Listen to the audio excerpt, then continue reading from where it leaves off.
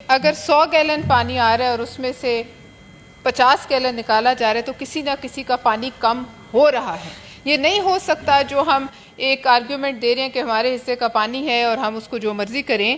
یہ آرگیومنٹ اس لیے بھی غلط ہے کہ پنجاب کا بھی نقصان ہے. اگر واٹر لیول کسی دریا میں واٹر ٹیبل سے اوپر ہو تو پھر دریا جو ہے وہ ایکویفائر کو چارج کرتا ہے.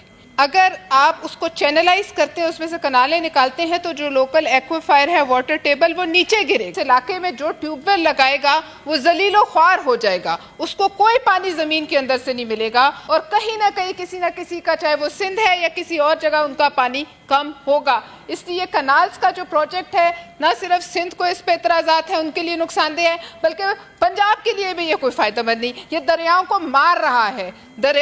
دریا جو ہے وہ ہماری ماں کی حیثیت رکھتے ہیں. ماں کے اندر سے خون نکالنے کے لیے جتنی زیادہ آپ اس میں سے کٹ لگائیں گے ماں مرے گی. لہٰذا اس کو پوری دنیا میں دریاؤں کو ریوائیو کرنے کی ایک تحریک چلائی جا رہی ہے. ہمارا وہ ملک ہے جو کلائمیٹ چینج سے تباہ حال ہے, بارش ہو نہیں رہی, اوپر برف پڑ نہیں رہی, پانی آ نہیں رہا, مگر اس کے باوجود ہم اس بات پہ مصر ہیں کہ ہم اپنی ماں کو کاٹیں گے اور کاٹیں گے. وہ جماعت علی شاہ نامی شخص تھا جو بھاگ گیا, جو اپنی ماں کا سودا کر کے بھاگ گیا, اس کو واپس لانے کی بات نہیں ہو رہی.